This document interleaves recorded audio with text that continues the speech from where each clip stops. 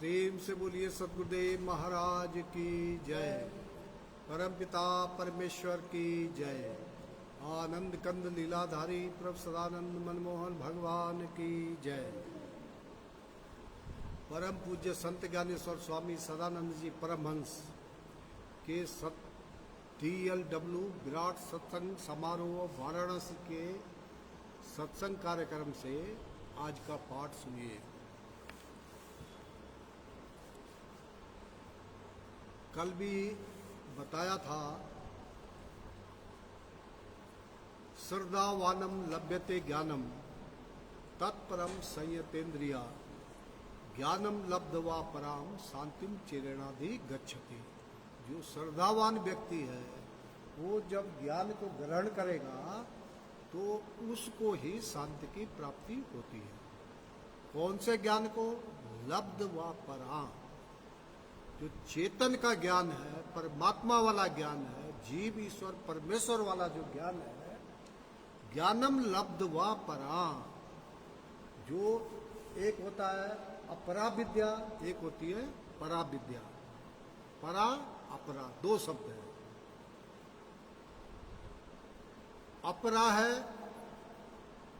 जो 5 तत्व है, तो जड़ वाले जो तत्व हैं वो है अपरा विद्या, जिसको माया भी बोलते हैं, माया। और परा विद्या वो है कि जिससे चेतन, जो चेतन है उसका ज्ञान प्राप्त होता है। तो चेतन पहले अपने आप को जानो कि मैं कौन हूं, शरीर हूं कि चेतन हूं, कौन हूं। तो पता चला कि आप जीव हैं। तो जीव पहले क्या था, किस स्थिति में था? वो था आत्मा ईश्वर ब्रह्म वाली स्थिति में। तो जब चेतन का ज्ञान मिलेगा, जब आप समझेंगे कि मैं शरीर नहीं हूं, मैं जीव हूं और मैं जीव भी माया के द्वारा बना दिया गया हूं। उससे पहले मैं शिव था। जीव से पहले मैं क्या था? शिव था, आत्मा था, ईश्वर था, ब्रह्म था, डिवाइन लाइट था,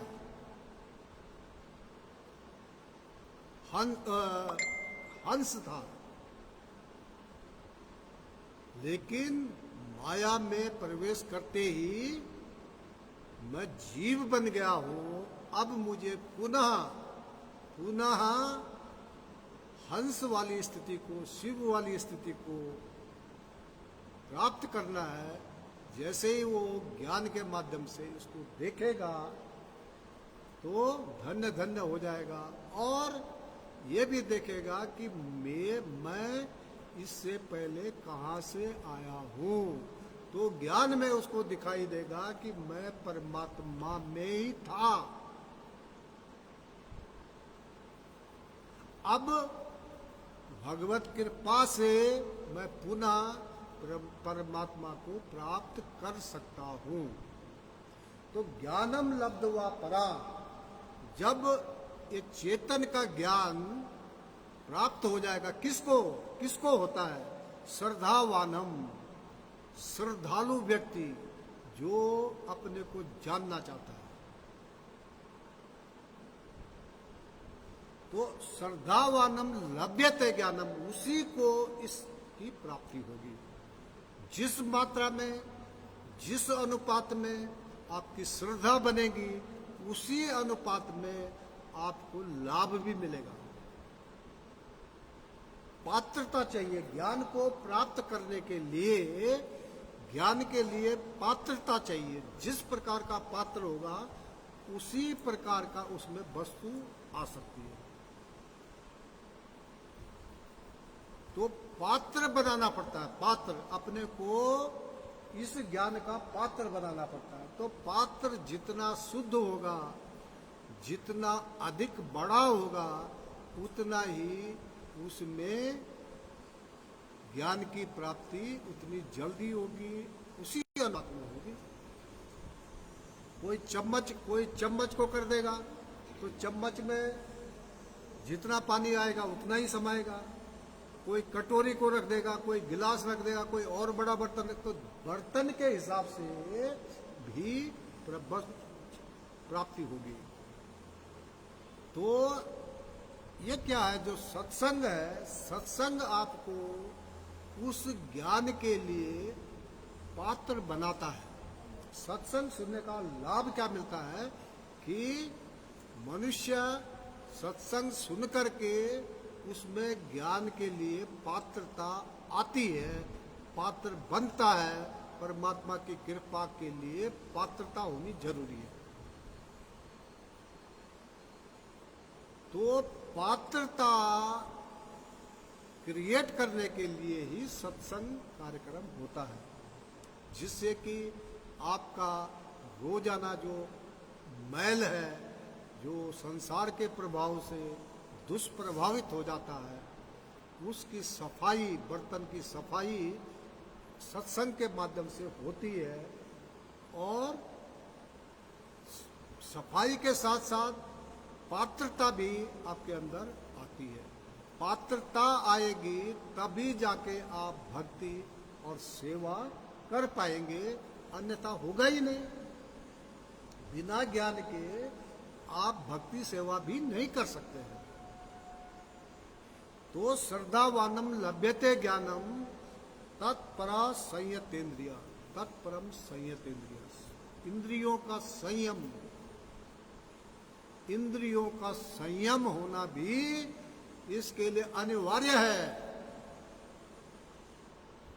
ज्ञानम लब्धवा पराम शांतिम चिरेणाधिगच्छति, और ज्ञान की प्राप्ति होने पर आपको परम शांति की उपलब्धि होती है। ये कोई गुड्डा गुड़िया का खेल नहीं है, ये कोई साधारण बस विषय वस्तु नहीं है।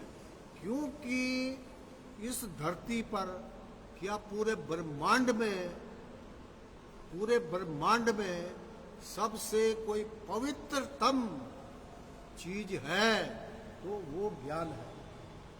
सबसे पवित्र करने वाला, जीवन को मुक्त करने वाला, जो बंधनों में, माया के बंधनों में जकड़ा हुआ जीव है, इसको मुक्त करने वाला ज्ञान के अलावा बाकी कुछ है ही नहीं।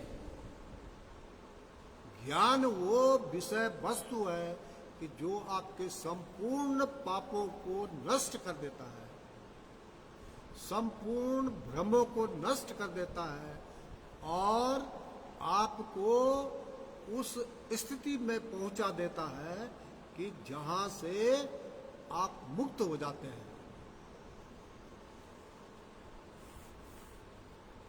गीता के अध्याय 4 श्लोक नंबर 40 में क्या लिखा हुआ है कि ज्ञानहीन, जिसको ज्ञान ही नहीं है, और श्रद्धा रहित व्यक्ति, जो श्रद्धा से उसको कोई मतलब नहीं है, श्रद्धा से कोई मतलब नहीं है, खाली जो है वैसे ही बिना श्रद्धा के जो ज्ञान को प्राप्त करने की कोशिश भी करेगा बिना श्रद्धा के, तो क्या हो गया, वो परमार्थ से भ्रष्ट हो जाएगा। ज्ञान उसमें टिकेगा ही नहीं, ज्ञान उसमें टिकेगा ही नहीं। क्योंकि बर्तन यदि उल्टा रख देंगे तो उसमें कितनी बारिश हो जाए उसमें एक बूंद पानी नहीं रुकेगा। तो इसलिए कहा गया है कि पात्रता कब आएगी कि जब आप श्रद्धा से युक्त होकर के इस ज्ञान को ग्रहण करेंगे। तो परमार्थ से भ्रष्ट हो जाएगा, और ऐसे संशय युक्त मनुष्य के लिए न तो यह लोक है और न परलोक है और न कोई सुख ही है। उस मनुष्य के लिए जो ज्ञानहीन है, जो श्रद्धा रहित है, उसके लिए कहीं कोई सुख नहीं, न इस लोक में और न मृत्यु के पश्चात परलोक में। अब ये प्रश्न हो सकता है, कई लोगों के मन में ये शंका हो सकती है कि भाई यूरोप वाले, अमेरिका वाले, इन्हें तो ज्ञान से कोई मतलब नहीं, इन्हें तो ज्ञान से कोई मतलब नहीं, और सबसे ज्यादा पैसा धनी वही लोग हैं, सबसे धनी लोग, सबसे ज्यादा जो है वही लोग हैं। तो ये जो आपका कहना है कि इस लोक में भी सुख नहीं, परलोक में भी सुख नहीं, ये कैसा हो गया? ये कैसा? हम नहीं मानते। भाई देखिए, ज्ञान क्या है? ज्ञान है, आप है मनुष्य, आप पशु तो है नहीं। ज्ञान होता है मनुष्यों के लिए। किस चीज के लिए होता है? बंधन से मुक्त होने के लिए, बंधन से मुक्त होने के लिए, अमरता और मोक्ष को पाने के लिए मनुष्य जन्म मिला।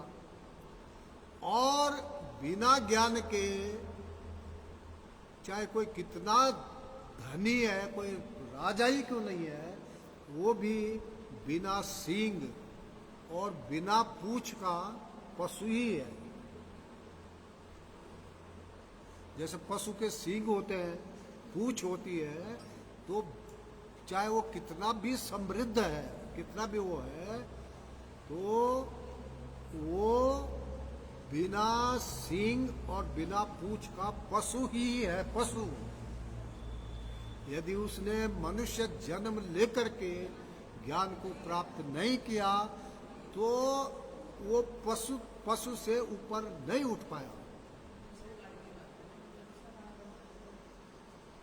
पशु से ऊपर नहीं है उसका जीवन, क्योंकि 84 लाख में कितने दिन मजा करोगे?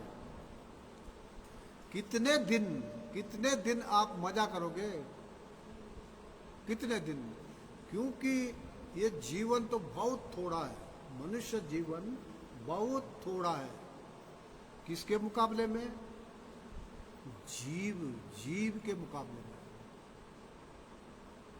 जीव के मुकाबले में। क्योंकि आप जीव हैं, आपको बार बार कभी मनुष्य शरीर मिलेगा, कभी कीड़े बनोगे, मकोड़े बनोगे, सांप, बिच्छू, जो भी संसार में हैं, जितने भी जीव हैं, 84 लाख बताए गए हैं, उसमें जब आप घूमोगे तो कितना भी धनवान क्यों ना हो, यदि वो चींटी बन गया, बिच्छू बन गया, सांप बन गया, तो उसकी धनवान, वो जो धन है वो किस काम का? वो धनवान होते हुए भी सांप बन गया अगले जन्म में, तो उस धन का क्या करने, क्या लाभ है? इसलिए मनुष्य होने का कर्तव्य, मनुष्य होने का पहला कर्तव्य ये है कि अपने को जानो, अपने उद्धार का प्रयत्न करो, अपने उद्धार का साधन पहले कर लो। और जो ऐसा कर लेता है, जो व्यक्ति अपने उद्धार का साधन कर लेता है, तो दुनिया के जो साधन है वो उस व्यक्ति के पीछे पीछे भागते हैं।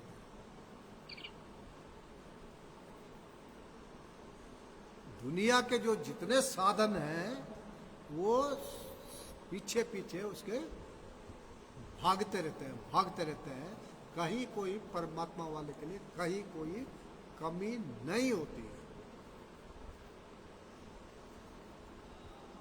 संतुष्ट रहता है, आनंदमय रहता है, कहीं कोई कमी है ही नहीं। जितनी उसकी जरूरत है उतना उसको भरपूर मिलता है। तो ये जानना जरूरी है कि आप मनुष्य हैं, आप मनुष्य हैं, इसलिए ये जानना जरूरी है। पशु नहीं है, पशु नहीं है। धन संपदा कितनी भी होगी, शरीर छूटते ही सब आपकी नहीं रह जाएगी। आपका शरीर छूटा, धन संपदा सारी की सारी यही रह गई। जो कमाई करनी थी वो आपने की नहीं, तो फिर 84 लाख आपके लिए तैयार है। 84 लाख तैयार है, कितने ऊंचे पद पे भी पहुंच जाए तब भी 84 लाख तैयार है।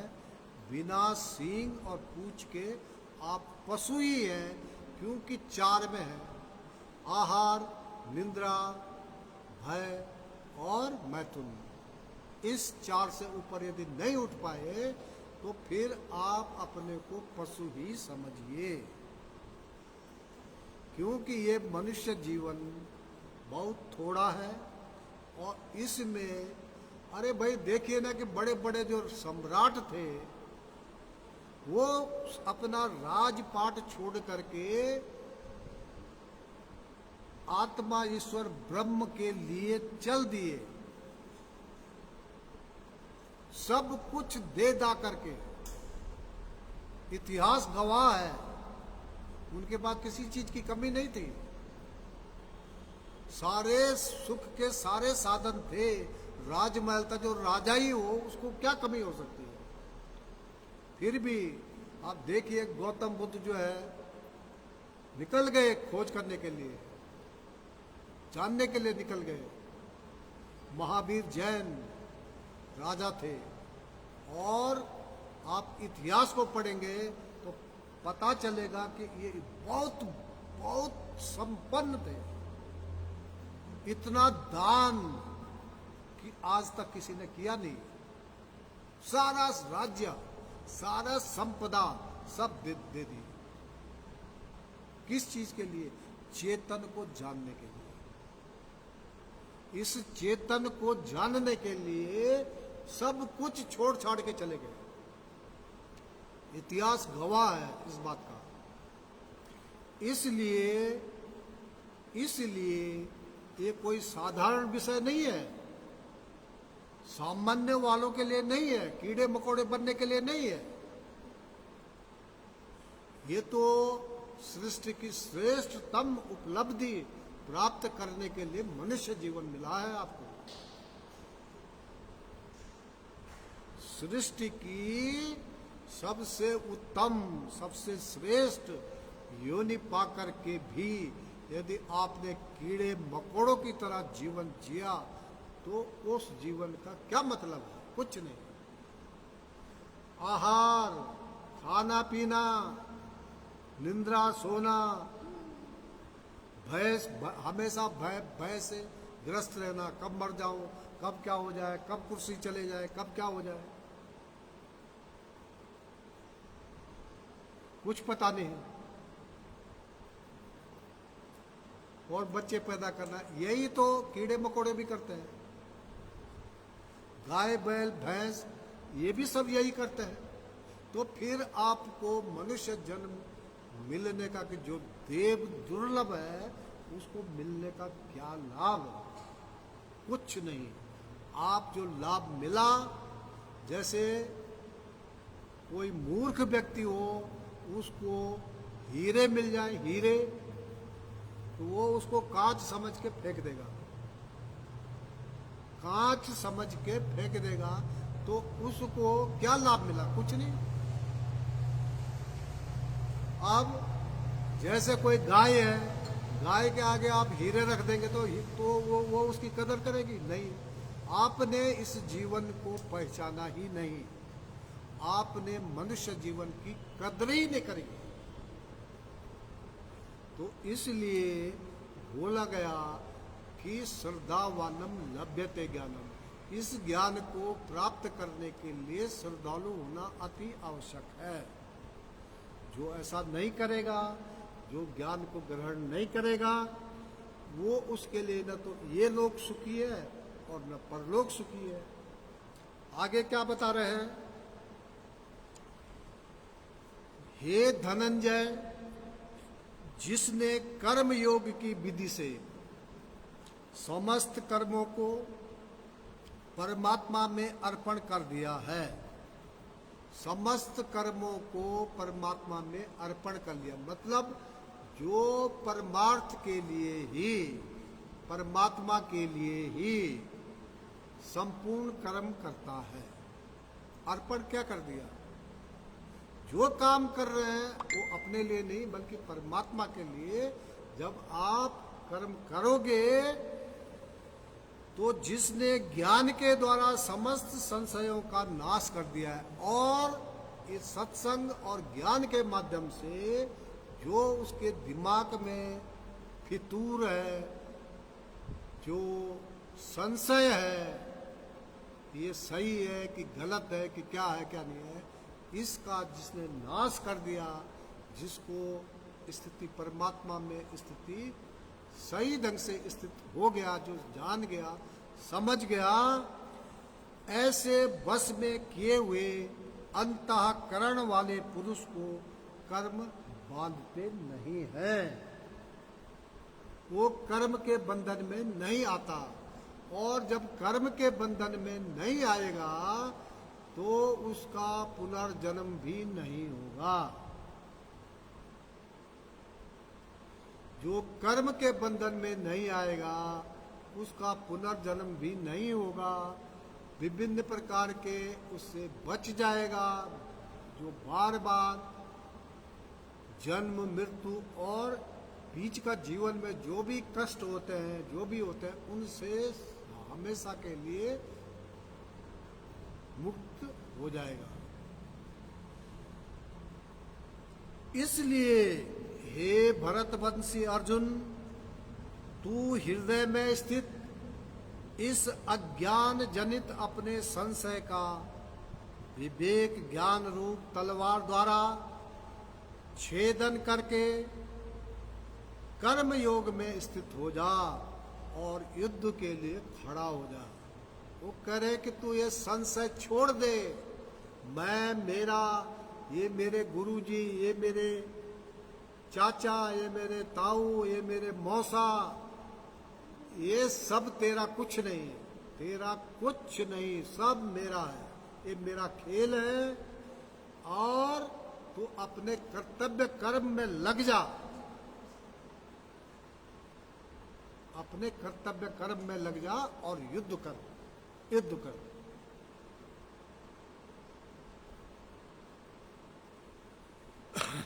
सद्भावी सत्यानिवेशी भगवत जिज्ञासु बंधुओं, अभी अभी जो श्लोक आपने सुने उसमें ज्ञान प्राप्ति का फल बताया गया है। तो ज्ञान प्राप्त होने पर भगवत दर्शन हो जाता है, फिर मोह में पड़ने का भय समाप्त हो जाता है। यदि आप ज्ञान के अनुसार चलेंगे तो खाली सुन लिया और कह लिया जी बहुत अच्छा, बहुत अच्छा, बहुत अच्छा बताया आपने, लेकिन भैया चलेगा कौन?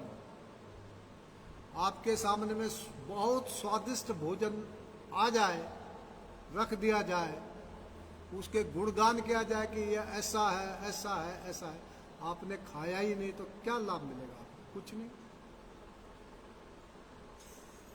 आपने बहुत अच्छा स्वादिष्ट भोजन है, उसकी जो है फोटो भेज दी जाए आपको कि भाई खा लीजिए, चाय पी लीजिए, बहुत अच्छा है, जो आपकी पसंद है वो हम आपको प्रस्तुत कर देते हैं। फोटो दिखा दिया कि लो भाई देख लो, खाया ही नहीं तो क्या आपको कुछ मजा आएगा? उसी प्रकार ये ज्ञान भी है। ज्ञान को खाली मात्र सुन लिया और ज्ञान के अनुसार रहे नहीं, चले नहीं, तो फिर उस ज्ञान का कोई लाभ नहीं, उस ज्ञान का भी कोई लाभ ही नहीं है। और जब लाभ ही नहीं है तो फिर क्या मतलब है? ज्ञान इसलिए नहीं सुनाया जाता कि आप जो है हाँ जी बड़ा अच्छा है, अच्छा है, अच्छा है, और हम तो चल दिए, बस इतना तक तो ठीक है, और उसके बाद तो उसका कोई लाभ नहीं। ज्ञान के अनुसार चलेंगे तो ज्ञान प्राप्त होने पर संपूर्ण पापों से मुक्ति मिल जाएगी, यानी पाप मुक्त हो जाएंगे। भले ही वह संसार का सभी पापियों से अधिक पाप करने वाला हो, तो भी ज्ञान प्राप्त होने पर संपूर्ण कर्म ही जल जाते हैं, समाप्त हो जाते हैं, जिससे कि न रहेगा बांस, न बजेगी बांसुरी, अर्थात न रहेगा कर्म, न होगा बंधन। पुनः कहा गया कि पूरे संसार में ज्ञान के समान पवित्र करने वाला कोई नहीं है। इतना ही नहीं, ज्ञान प्राप्त होते ही तत्क्षण ही, उसी क्षण ही भगवत प्राप्ति रूप परम शांति को भी प्राप्त हो जाते हैं। परंतु एक बात तो बड़े ही ध्यान देने की है कि यदि श्रद्धावान जिज्ञासु ही ज्ञान को प्राप्त कर सकता है, श्रद्धा रहित नहीं। साथ ही साथ यह और भी विचारणीय बात है कि इतना महत्वपूर्ण ज्ञान मिलेगा कैसे, कौन देगा? आप लोग यह भी कह सकते हैं, पूछ सकते हैं कि कौन देगा, मिलेगा कैसे? तो बंधुओं, उसी श्लोक नंबर 34 में या स्पष्टतः बता दिया गया है। हम बार बार दोहरा सकते हैं कि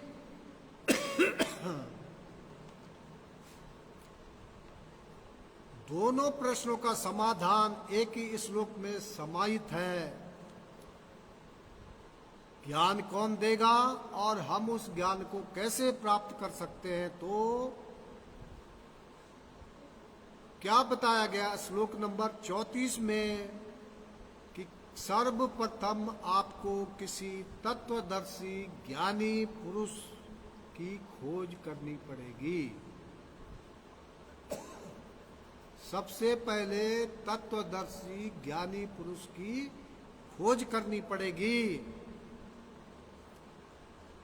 उसके पास जाएं, उसको भली प्रकार दंडवत प्रणाम करें, उसकी सेवा करें, श्रद्धा पूर्वक अपने प्रश्न रखते हुए सब अपनी शंकाओं का समाधान लें और तत्पश्चात वह तत्वदर्शी पुरुष आत्म तत्व रूप शब्द ब्रह्म, परम ब्रह्म रूप परमात्मा का दर्शन कराने वाले, तत्व दर्शन कराने वाले तत्वदर्शी सत्पुरुष आपको भी उस ज्ञान का, उस तत्व ज्ञान का, जिससे कि आत्म तत्वम रूप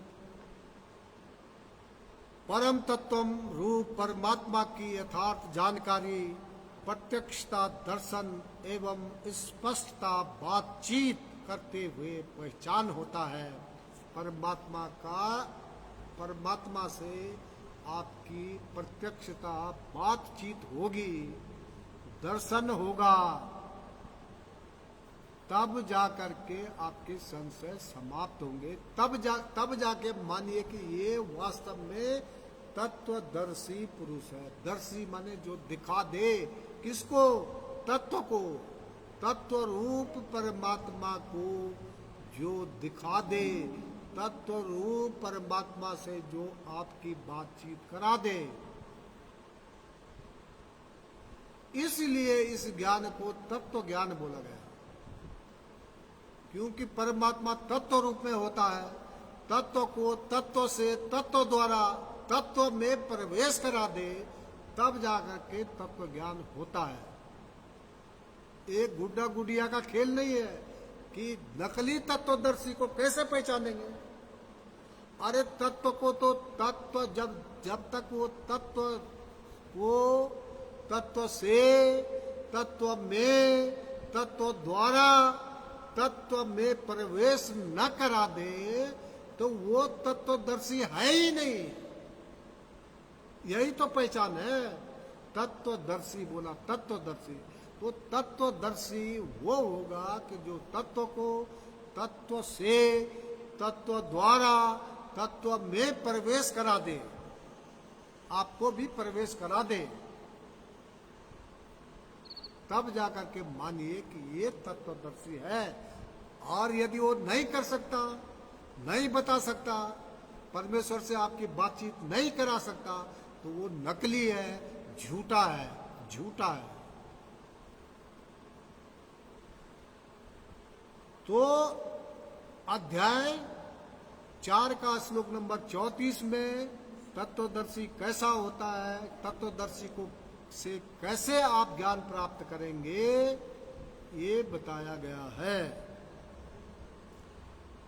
तो आपको जो अज्ञानी पुरुष श्रद्धा रहित है और उस पर ज्ञान पर शंका करता है, संदेह करता है, संशय करता है, उसका तो नाश ही हो जाता है, उसका तो विनाश हो जाता है, उसका परलोक भी नाश हो ही जाएगा, वह परमार्थ से चूक ही जाता है और लोक सुख भी उसका नष्ट हो जाता है, ऐसे स्पष्ट कहा गया है।